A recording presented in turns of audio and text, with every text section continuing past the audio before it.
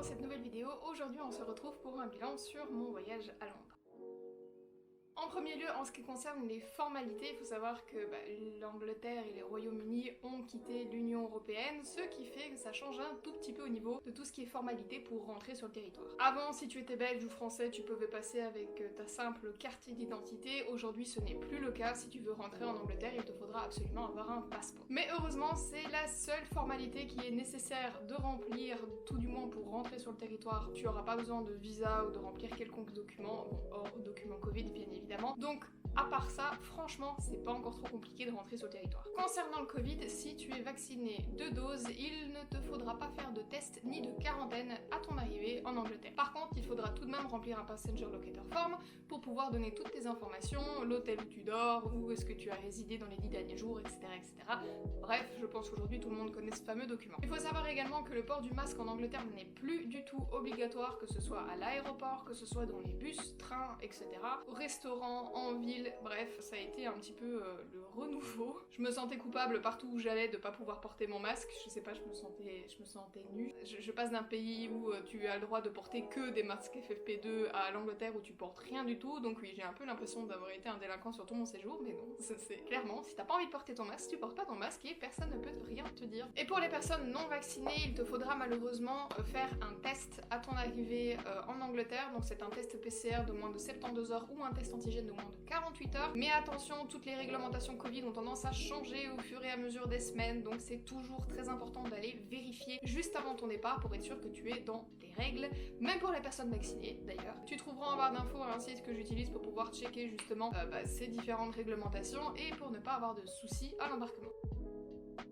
C'est une très bonne question et honnêtement je pense pas forcément qu'il y a de saison à privilégier. Ça va un petit peu dépendre de ce que toi tu aimes comme météo parce que bon en hiver il fait quand même vachement froid à Londres, en tout du moins moi j'ai extrêmement froid. Si tu veux un petit peu plus d'informations sur la météo en Angleterre, je t'affiche ici un petit tableau récapitulatif. En ce qui me concerne, je préfère toujours qu'il fasse froid que pluvieux, donc bon, au final je préfère partir même en hiver si j'ai la sécurité d'être au sec. Maintenant Londres ça reste une ville et je pense qu'elle se visite en toute saison et en plus elle est particulièrement photogénique à la période de Noël. Et si tu cherches la saison la moins touristique à Londres, sache que malheureusement il y a des touristes et ce toute l'année. Même en période basse, j'ai jamais vu autant de touristes ou j'ai jamais entendu autant de touristes qu'à Londres. Donc je pense clairement que pour éviter tes compatriotes voyageurs, ça va être un petit peu compliqué. Bien évidemment les mois d'hiver sont généralement ceux qui sont les moins prisés parce que forcément la météo est pas toujours ouf et il fait froid, sauf à Noël parce que bon ça c'est Noël, c'est la fête, donc forcément tout le monde voyage dans les périodes qui sont esthétiquement les plus intéressantes.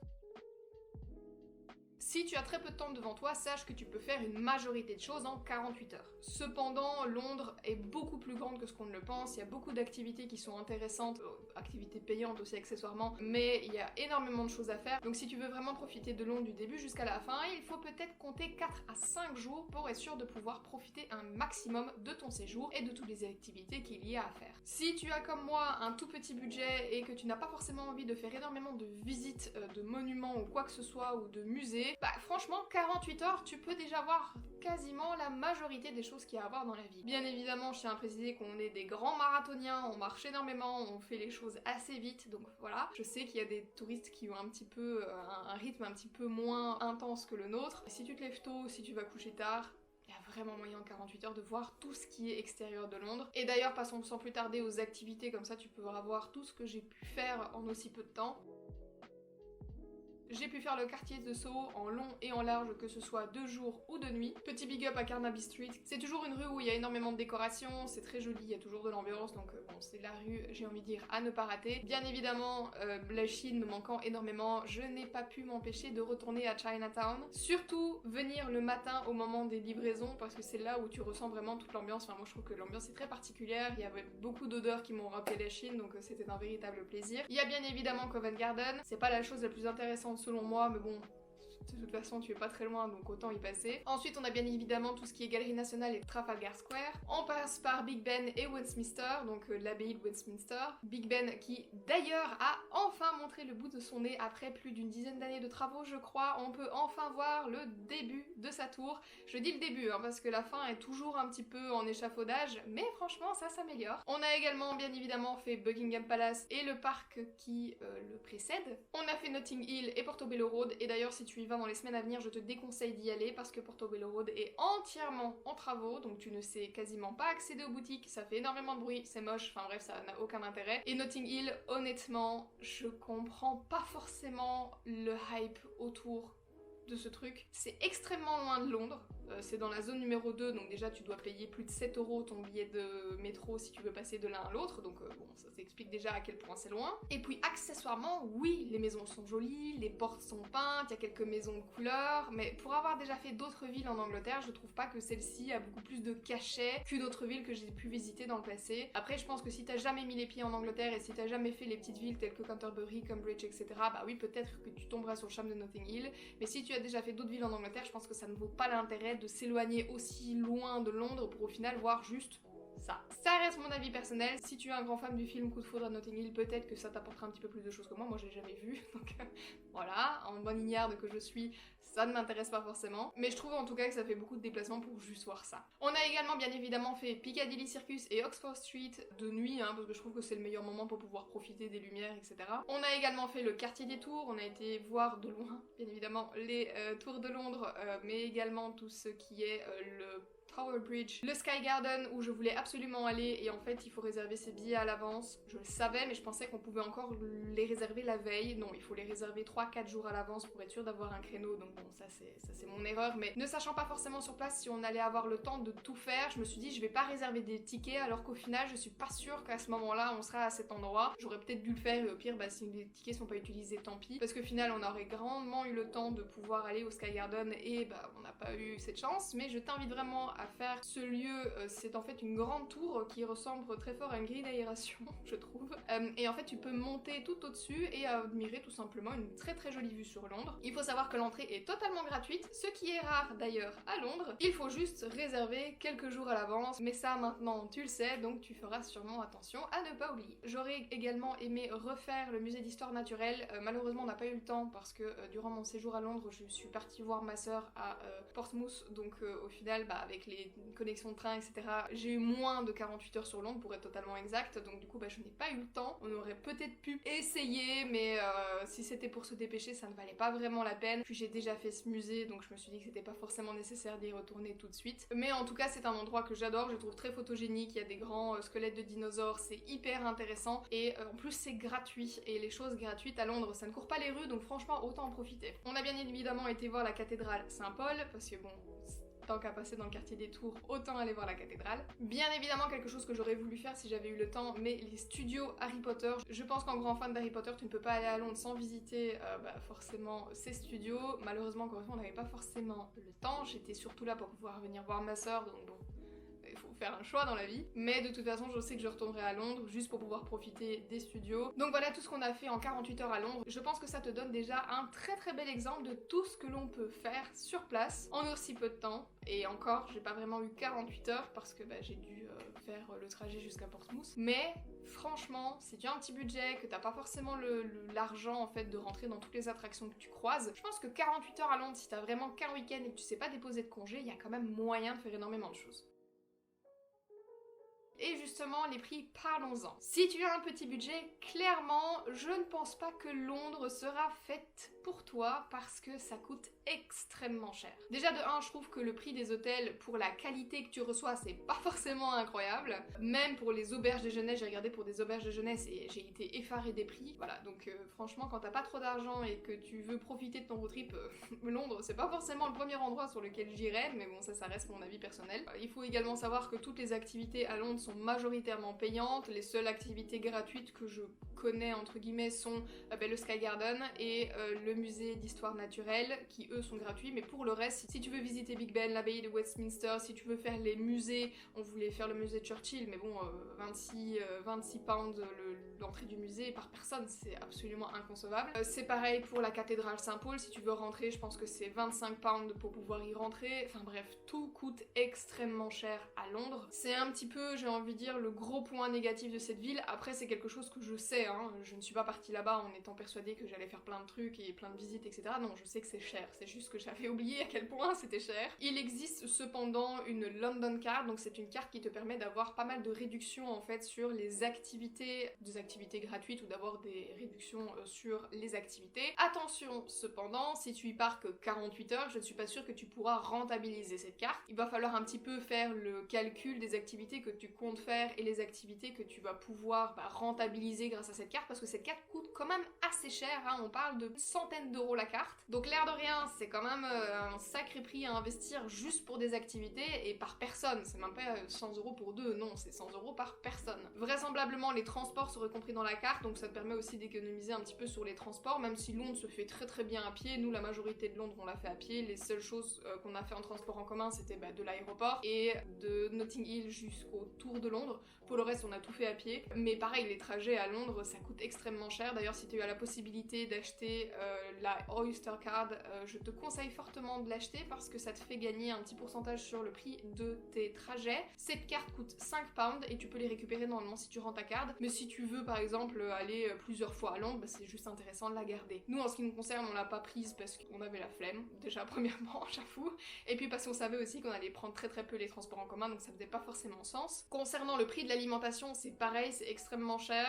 Si tu veux un petit déjeuner à l'anglaise dans un café, il va falloir minimum compter 15 euros par personne, et ce sans compter le café. Il existe bien évidemment des petits bars un petit peu plus boui-boui où tu pourras avoir de meilleurs prix, mais sache que la majorité des choses coûtent quand même un petit peu cher. Après, franchement, avec un English breakfast à 15 euros, généralement, t'es calé jusqu'au soir, donc on va pas trop se plaindre, ça te fait que 2 repas sur ta journée, mais en alimentation, si t'as pas le petit déjeuner compris dans ton hôtel, tu peux voir à quel point ça part vite. Je pense que pour profiter de Londres, il faut quand même un petit budget, hein, parce que ton hot dog près de Big Ben qui te coûte 8 euros la pièce, ça fait un peu mal.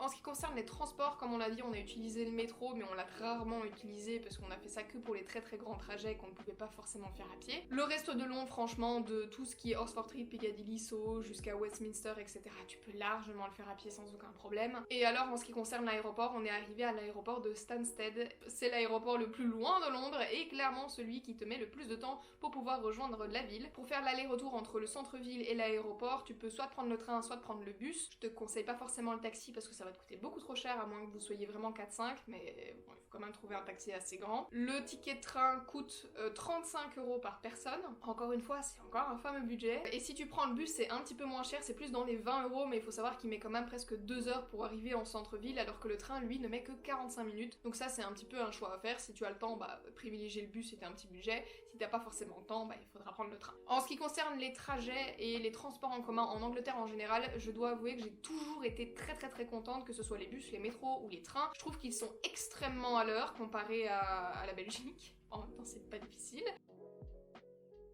Concernant la sécurité à Londres, je vite fait, parce que je sais qu'on m'a posé la question sur Instagram, je n'ai pas eu le sentiment d'insécurité quand j'étais à Londres, mais je me baladais avec mon conjoint, donc forcément j'étais avec un homme qui fait plus d'1m80, donc ça aide un petit peu à en dissuader. Je pense que si tu es une femme seule, c'est peut-être un petit peu plus compliqué. J'ai pas fait forcément de quartier qui craignent à Londres, et on dormait dans un hôtel aux alentours de Notting Hill, donc c'est quand même un quartier qui est très huppé entre guillemets, entre les Maserati, les Rolls-Royce et les Bentley. Franchement, je pense que si on devait attaquer quelqu'un, ce n'est pas moi qu'on attaquerait. Mais voilà, j'ai pas senti ce problème d'insécurité, mais je sais que Londres n'est pas forcément une ville hyper sécu, donc si vous y allez en tant que femme solo, faites quand même attention là où vous êtes, et faites attention aux personnes que vous croisez. C'est toujours très important de faire attention à ces affaires, peu importe le pays dans lequel tu es, mais je sais que Londres, c'est pas forcément toujours ça. Moi en tout cas, j'ai pas eu de problème, mais bon, on n'est jamais à l'abri d'un problème non plus. Concernant l'alimentation, qu'est-ce qu'il faut essayer, qu'est-ce qu'il faut pas essayer? Alors l'Angleterre n'est pas forcément très connue ou très reconnue pour sa gastronomie, et pourtant il y a quand même quelques choses qui sont assez intéressantes en Angleterre. Alors déjà on a le English breakfast, alors il faut aimer manger salé le matin, mais franchement si ça te dérange pas, c'est vraiment une bonne manière de commencer la journée, puis alors en plus t'es généralement assez bien calé, jusqu'à 14-15 heures, donc c'est quand même assez intéressant, surtout quand tu veux profiter un maximum de la ville. Les fish and chips, bien évidemment, alors l'Angleterre est quand même un pays où on cuisine assez gras, assez sucré, il faut quand même l'avouer, mais en ce qui me concerne c'est pas quelque chose qui me dérange, donc moi j'adore. Il y a également tout ce qui est cheesecake, banoffee pie, tout ce qui est cupcake, tout ce qui est scones. Ce sont, j'ai envie de dire, des rois de tout ce qui est pâtisserie vachement grasse et sucrée, mais moi personnellement j'adore les cupcakes, donc profitons du tea time. Bien évidemment il y a moyen de trouver des restaurants un petit peu plus gastronomiques dans Londres, hein. Si tu veux bien manger, tu trouveras toujours le moyen de bien manger. Ça coûtera peut-être juste un tout petit peu plus cher, Mais franchement, venir dire qu'en Angleterre, tout ce qu'ils font c'est pas bon, c'est quand même peut-être un petit peu exagéré. Peut-être que mes exigences sont pas très hautes, mais je trouve pas que c'est si horrible que ça. Moi en tout cas, à chaque fois que je vais en Angleterre, je mange très bien, donc j'ai pas trop à me plaindre là-dessus. Concernant les hôtels, alors je n'ai pas forcément d'hôtel à conseiller à Londres pour des petits budgets. Je vais quand même essayer d'en dénicher quelques-uns et je les mettrai sur le blog, mais ce sont des recherches qui vont être longues. J'ai envie de dire, si vous voulez avoir un hôtel à un meilleur prix avec un petit peu une qualité supérieure, faudra vous excentrer pas mal de Londres malheureusement. Ça reste la réalité et il faut savoir aussi que pas mal d'hôtels sont assez vieillots. Donc bon, s'ils sont bien rénovés, c'est pas trop un problème, mais vous allez généralement avoir énormément de moquettes et tout ça en Angleterre. Si vous êtes allergique aux agréaires, c'est pas toujours ouf. Personnellement, j'aime beaucoup le style, mais je sais que mon homme est pas du tout réceptif à ce genre de décoration, donc bon, après, ça c'est tout à chacun. Mais c'est vrai que l'hôtel dans lequel je suis allée, j'ai pris ce qui restait parce que c'était un voyage de dernière minute. Vu que Ryanair a décidé de quitter l'aéroport de Francfort, j'ai profité de prendre le dernier vol pour Londres. J'ai littéralement booké tout une semaine avant de partir, donc c'est pas forcément évident pour trouver du coup le bon plan hôtel quand tu as littéralement 5 jours pour te décider. Mais l'hôtel dans lequel on est allé, c'est pas forcément un hôtel que je recommande, je les ai pas trouvés très agréables, alors que normalement les Anglais sont du genre quand même assez sympas et assez agréables. L'hôtel était vraiment pas ouf. Je vais essayer de trouver quelques adresses assez sympas que je pourrais mettre sur le blog, mais en tout cas pour l'instant je préfère vous dire juste faites attention, si vous avez un petit budget, excentrez-vous.